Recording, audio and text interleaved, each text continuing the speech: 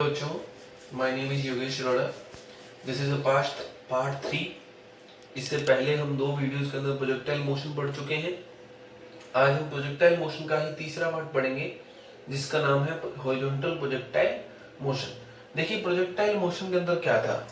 Projectile motion में हमने object को यूं फेंका था थीटा डिग्री एंगल से, और वो यूं इस तरह गिरा था। ठीक है, इस बार हम यूं ना फेंक कर ऑब्जेक्ट को किसी बिल्डिंग से फेंकेंगे यहां से, और इस वेलोसिटी u से फेंकेंगे। तो जब इसे फेंकेंगे ऐसे तो यूं गिरेगा, समझ लो, ये यूं गिरेगा। ठीक, इसी मोशन को क्या कहा गया है? हॉरिजॉन्टल प्रोजेक्टाइल मोशन कहा गया है। ठीक है, अब देखिए इसके अंदर क्या क्या चीजें ध्यान रखनी है आपको, सुनो। तो इसके अंदर एक वही जंक्शन है हमारा कि ax 0 मतलब हॉरिजॉन्टल डायरेक्शन के अंदर, हॉरिजॉन्टल डायरेक्शन में जो एक्सकलेशन होता है वो कितना होता है? 0 होता है। चलिए, अब एक बार अपन इसको अलग अलग ux और uy बांट लेते हैं। तो सबसे पहले मैं इधर लिखता हूं x डायरेक्शन के अंदर, ठीक है, और इधर लिखता हूं y डायरेक्शन के अंदर। अब देखो इसके ऊपर क्वेश्चंस कैसे आते हैं। एक तो ये कि ये कहाँ गिरेगा, कहाँ गिरेगा, तो आंसर यहाँ गिरेगा, इतनी दूर। जितनी दूर ये गिरेगा उसे हम क्या कहेंगे? रेंज कहेंगे। दूसरा क्वेश्चन आता है कब गिरेगा।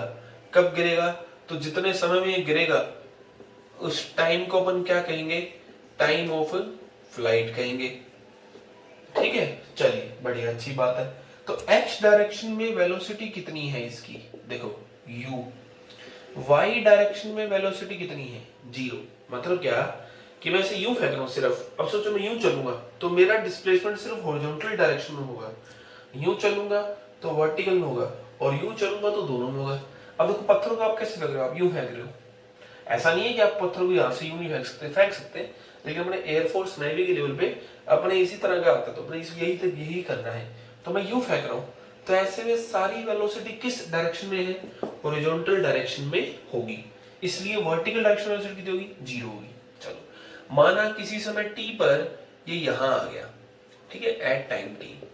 तो किसी समय t पर ये यहां आ गया, x, y पर आ गया। तो x, y पर आ गया, तो देखो ay कितना है? g, ये हमने पहले भी पढ़ा है, धरती माता खींच रही है, और ये कितना है? 0।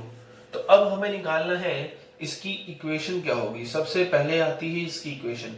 तो क्या आपको पहले वाली इक्वेशन याद है?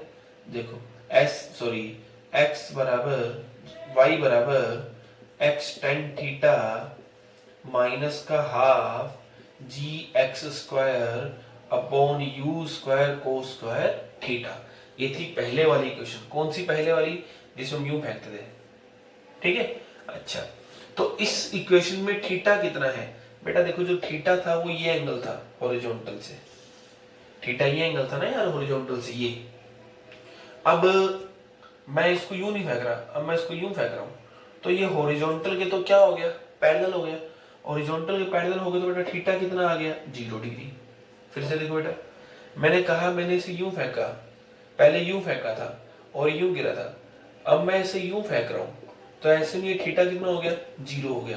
तो थीटा 0 रखो यहाँ, तो y बराबर ये आया 0, क्योंकि tan 0 0 होता है, माइनस का half G X square upon U square, और कोस 0 कितना होता है? 1। तो आपके पास जो फाइनल इक्वेशन आ जाएगी, चलो इसी का कर देते हैं, कोस 0 कितना होता है? 1। तो जो फाइनल इक्वेशन आएगी आपके पास, वो इक्वेशन क्या आएगी? y बराबर माइनस का half G X square upon U square. ये इक्वेशन याद रखो, बस अपन को इतना ही काम आएगा इस इक्वेशन का। y बराबर minus half G X square upon 2u square. Minus क्या बता रहा है? माइनस ये बता रहा है कि यदि ये ओरिजिन है तो ये माइनस नीचे की ओर होगा। इतना ही माइनस आपको बता रहा है। ठीक है, चलिए, ओके, फिर से देख लो, हमें क्या बोला गया? हॉरिजॉन्टल प्रोजेक्टाइल मोशन, जिसमें हम किसी दीवार से छत से फेंक रहे हैं, ऊपर नीचे की ओर फेंक रहे हैं, तो यूं गिरेगा। पूछा जाता है कहाँ गिरेगा, कब गिरेगा, और इसकी इक्वेशन क्या है। तो ये इक्वेशन आ चुकी है। अब आता है कहाँ गिरेगा या कब गिरेगा, उसकी चर्चा करते हैं, मतलब टाइम ऑफ फ्लाइट की चर्चा करते हैं। तो टाइम ऑफ फ्लाइट की चर्चा करते हैं। Time of flight.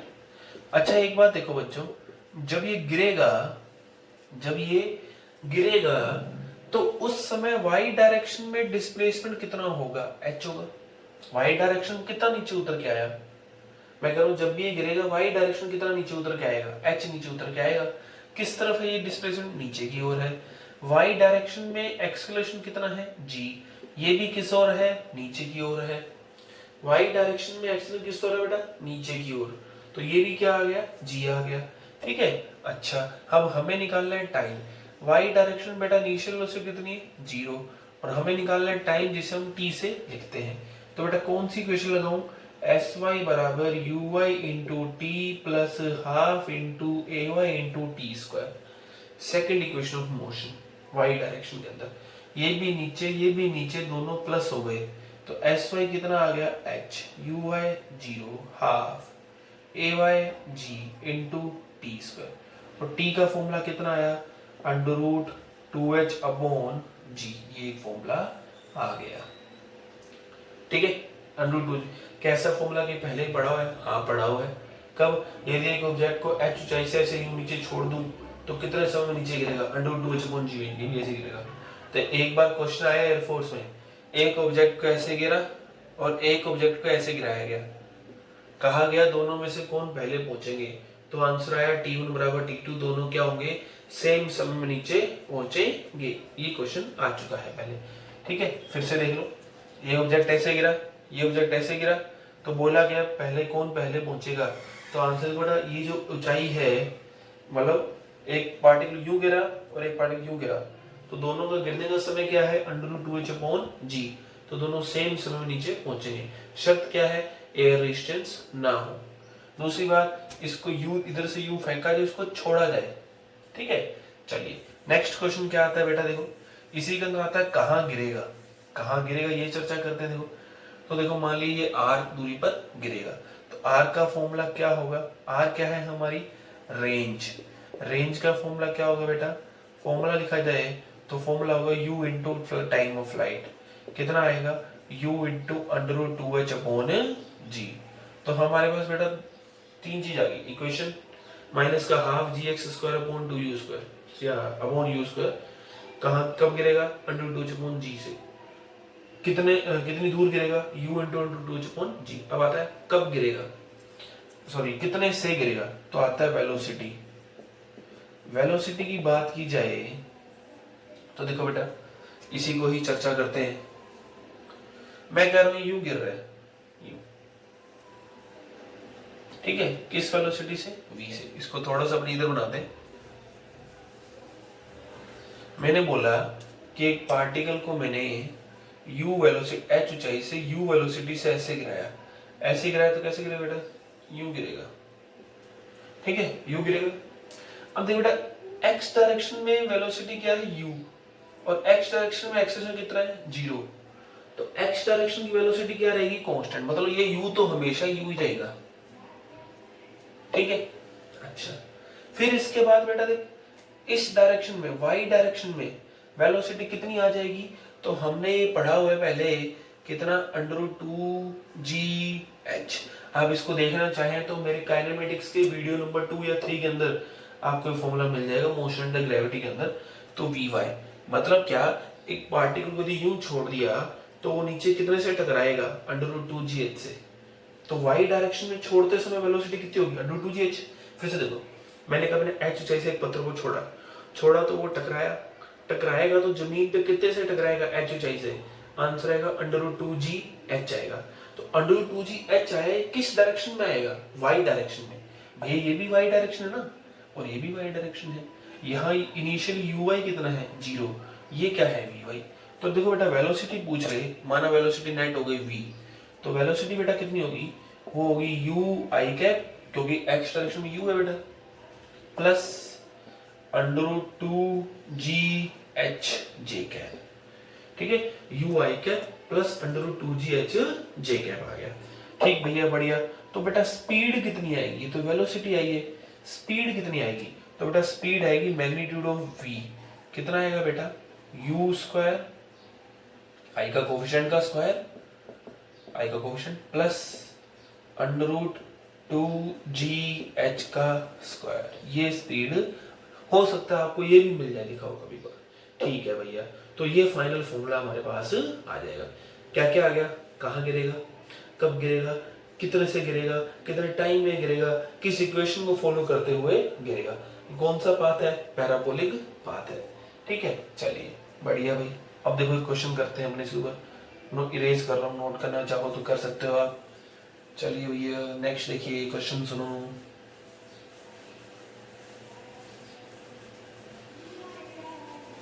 देखिए क्वेश्चन क्या है, ये ल्यूसेंट का ही क्वेश्चन है।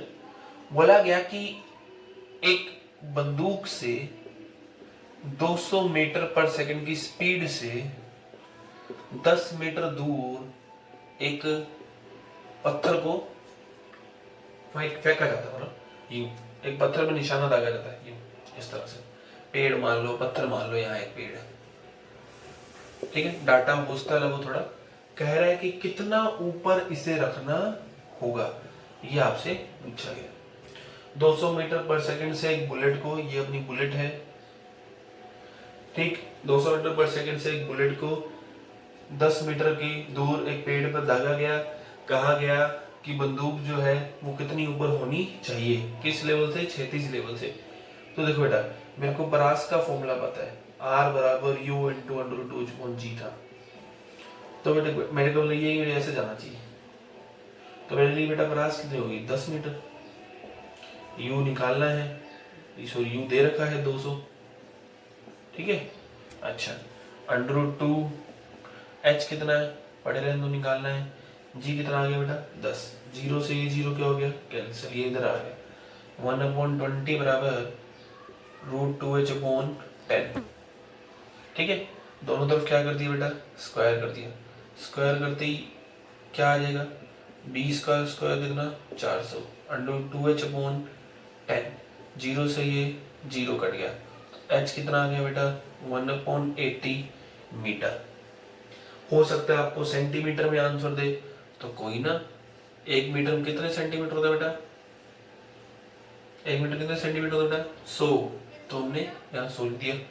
20 से कट करो 4 बार, 20 से कट करोगे 5 बार, 5/4, तो आंसर आएगा 1.25 सेंटीमीटर।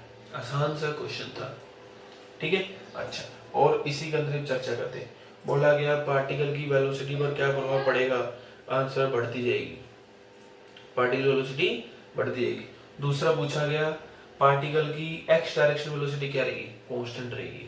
वाई डायरेक्शन वेलोसिटी बढ़ती रहेगी। एक्स डायरेक्शन डिस्प्लेसमेंट, देखो एक्स डायरेक्शन में ये है, तो धीरे धीरे एक्स में दूर जा रहा है ना, वाई डायरेक्शन डिस्प्लेसमेंट घटता जाएगा। बस ऐसे क्वेश्चन इसके ऊपर पूछा जाता है, ठीक है। एक ल्यूसेंट का ही क्वेश्चन है, बोला गया कि एक पार्टिकल यूं फेंका गया, तो इसकी वेलोसिटी क्या बराबर पड़ेगी, पहले घटती जाएगी फिर बढ़ती जाएगी, ठीक है। तो ये छोटी मोटी बातें हमें ध्यान रखनी है। अब कुछ इंपॉर्टेंट पॉइंट्स या कुछ इंपॉर्टेंट थ्योरेटिकल क्वेश्चंस अपने करते हैं। देखो क्या क्या है, सुने।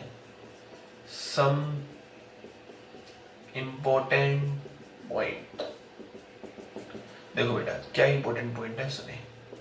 पहला पॉइंट, बोला गया कि एक पत्थर को h ऊंचाई से यूं, फिर यू, फिर इस तरह से, फिर इस तरह से, पत्थर नंबर 1, पत्थर नंबर 2, पत्थर नंबर 3, पत्थर नंबर 4, कहा गया ज्यादा वेलोसिटी से कौन टकराएगा, तो ऐसा आएगा, इन दैट केस या in this case all the stone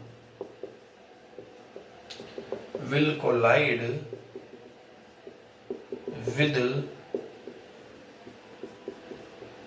same speed, speed same होगी but not same velocity। Speed same, velocity same क्यों नहीं, क्योंकि बेटा इसके अंदर डायरेक्शन सेम नहीं होगी, स्पीड सेम होगी। अच्छा, ऐसा क्यों हो रहा है, एनर्जी कंजर्वेशन से। इन सब की शुरू में एनर्जी क्या है, सेम है, जब नीचे आए तो सब कितना नीचे उतरे, h ऊंचाई पे, तो सबकी पोटेंशियल एनर्जी भी क्या होगी, सब में सेम डिक्रीज होगी, इसलिए सबकी स्पीड क्या होगी, फिर से सुन लो। शुरू की काइनेटिक एनर्जी सेम है, टोटल एनर्जी हमेशा सेम रहेगी, इसलिए फाइनल टकराते समय टोटल एनर्जी सेम रहेगी, एनर्जी सेम रहेगी, जैसे स्पीड भी क्या रहेगी सेम, एनर्जी में स्पीड आती है वेलोसिटी नहीं आती, इसलिए वेलोसिटी अलग है। दूसरा पॉइंट बोला गया कि एक कार है, इस तरह से एक कार है, सुंदर सी प्यारी सी पोटी पोटी टाइप, ठीक है। अच्छा चलो, तो ये हमारी कार है। इस कार से एक पत्थर को यूं फेंका गया और एक कार चल रही थी उस समय यू से या वी से, ठीक है, और पत्थर फेंका गया यू से। तो पत्थर जो बाहर बैठा है व्यक्ति, जो बाहर खड़ा है ना, तो उस व्यक्ति के लिए पत्थर कैसा दिखाई देगा? तो देखो कार आ गई कुछ समय बाद यहां,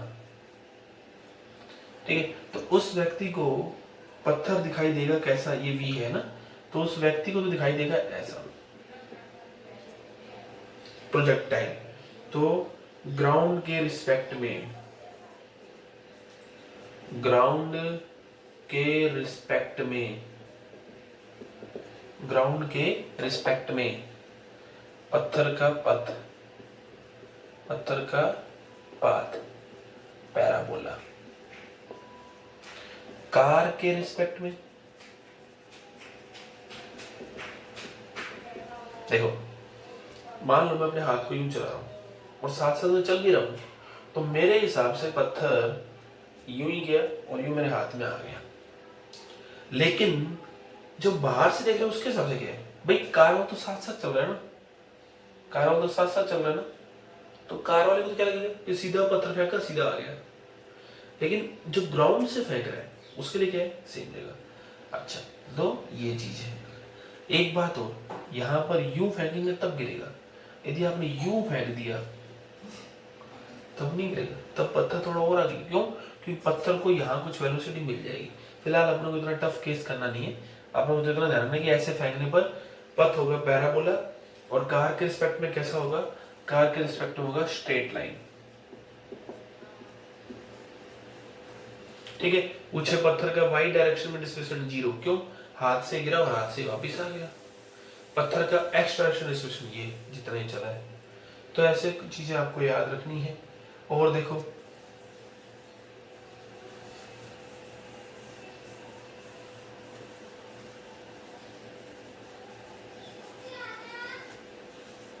ठीक है, चलिए नेक्स्ट पॉइंट सुनते हैं। तीसरा पॉइंट, तीसरा पॉइंट क्या है सुने, देखो बोला गया कि ये एक ट्रेन है, ठीक है, ये ट्रेन चल रही है कांस्टेंट वेलोसिटी से, तो इसकी वेलोसिटी क्या है, कांस्टेंट है। तो इसमें अपर बर्थ पर एक लड़का बैठा था, या अपर बर्थ से पत्थर गिराया गया, तो लोअर बर्थ पे ये अपर बर्थ होगी, ये लोअर बर्थ होगी, पत्थर गिराया गया, ठीक। तो एक पर्सन तो यहां है ए, एक पर्सन यहां है बी। बोला गया पर्सन ए के लिए, पर्सन ए के लिए स्टोन का पाथ कैसा होगा, या पाथ ऑफ स्टोन, स्टोन का पाथ कैसा होगा, आंसर होगा स्ट्रेट लाइन। क्यों? क्योंकि पत्थर सीधा गिरा, कांस्टेंट स्पीड है, कोई ब्रेक नहीं लग रही। पर्सन बी के लिए, पर्सन बी के लिए पाथ ऑफ कैसा होगा, पैराबोला होगा, ठीक है। ये चीज जरूरी नहीं है मैं ऐसा, ये अपर बर्थ है, ध्यान रखना, बर्थ है ये बी, अपर बर्थ, जरूरी नहीं है मैं ऐसा बोलूं, मैं होस्ट तो एक पत्थर को ट्रेन से बाहर गिराया गया, तो जिसने गिराया उसके लिए सीधा, और बाहर से जो देखे उसके लिए स्ट्रेट, तो ये आपको ध्यान रखना है इसमें। अब देखो ये कुछ वैसा ही है कार वाला, ये मान लो यही फेंक रहा है अपर बर्थ, तो इसके लिए तो स्ट्रेट होगा ना यार, और इसके लिए बैक, क्योंकि ट्रेन आगे जा रही है। अब यदि ट्रेन एक्सलेट हो जाए,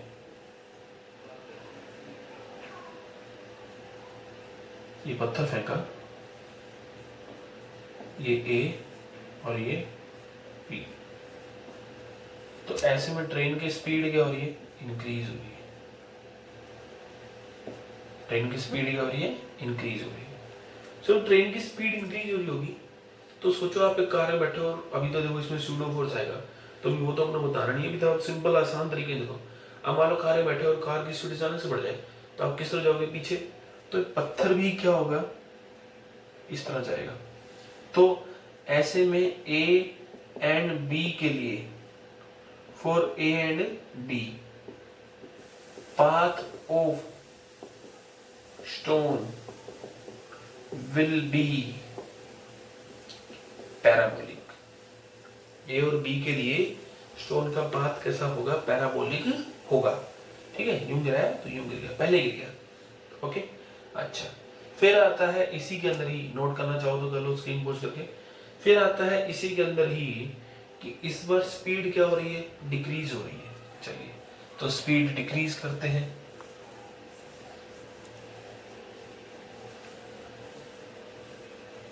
स्पीड डिक्रीज हो रही है। सेम केस अगेन, v है, डिक्रीज हो रहा है ना, ये पत्थर गिराया गया पर्वत से,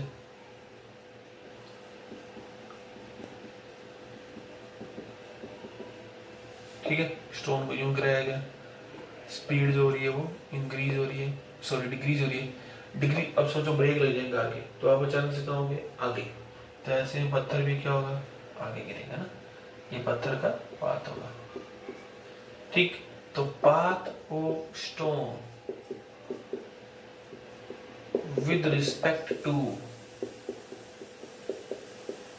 ए and B will be, path of stone with respect to A and B will be कैसा होगा, आंसर है पैराबोलिक, पैराबोलिक होगा। ठीक है, तो ये छोटे मोटे ऐसे न्यूमेरिकल है या जैसे पॉइंट्स आपको याद रखने हैं। ठीक, ये 5 पॉइंट है जो इसके अंदर इंपॉर्टेंट है। एक अच्छा सा क्वेश्चन हो रहा है, देखो क्या है क्वेश्चन।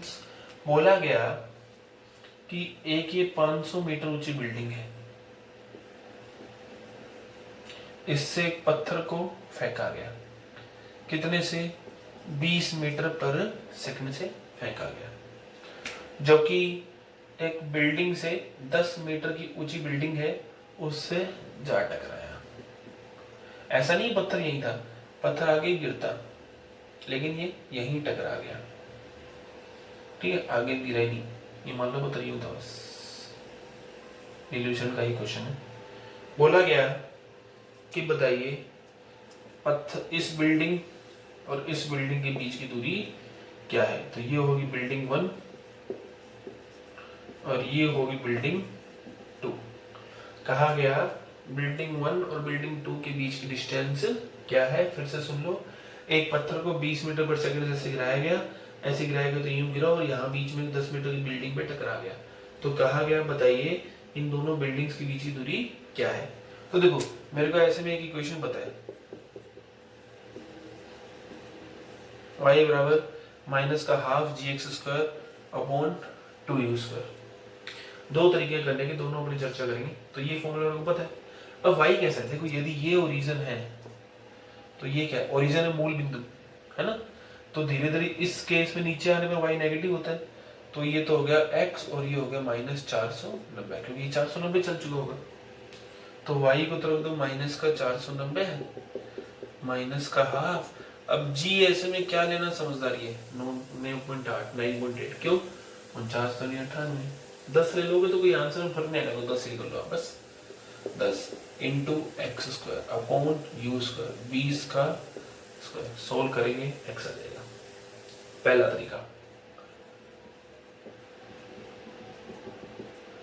दूसरा तरीका क्या है, दूसरा तरीका है कि मैं ये मान लूं कि मेरा क्वेश्चन यहीं तक का है, तो ऐसे में बेटा h कितना हो जाएगा 490, u कितना है 20, तो मैंने आपको रेंज का फॉर्मूला बताया था। तो अब रेंज आपको निकालनी है, u कितना है 20 इंटू 2, h कितना है 490 अपॉन g कितना है 10। समझ लो, दोनों से आंसर सेम ही आएगा। ये क्वेश्चन आपको इस तरह से किया जा सकता है। तो ये है अपने पास हॉरिजॉन्टल प्रोजेक्टाइल मोशन।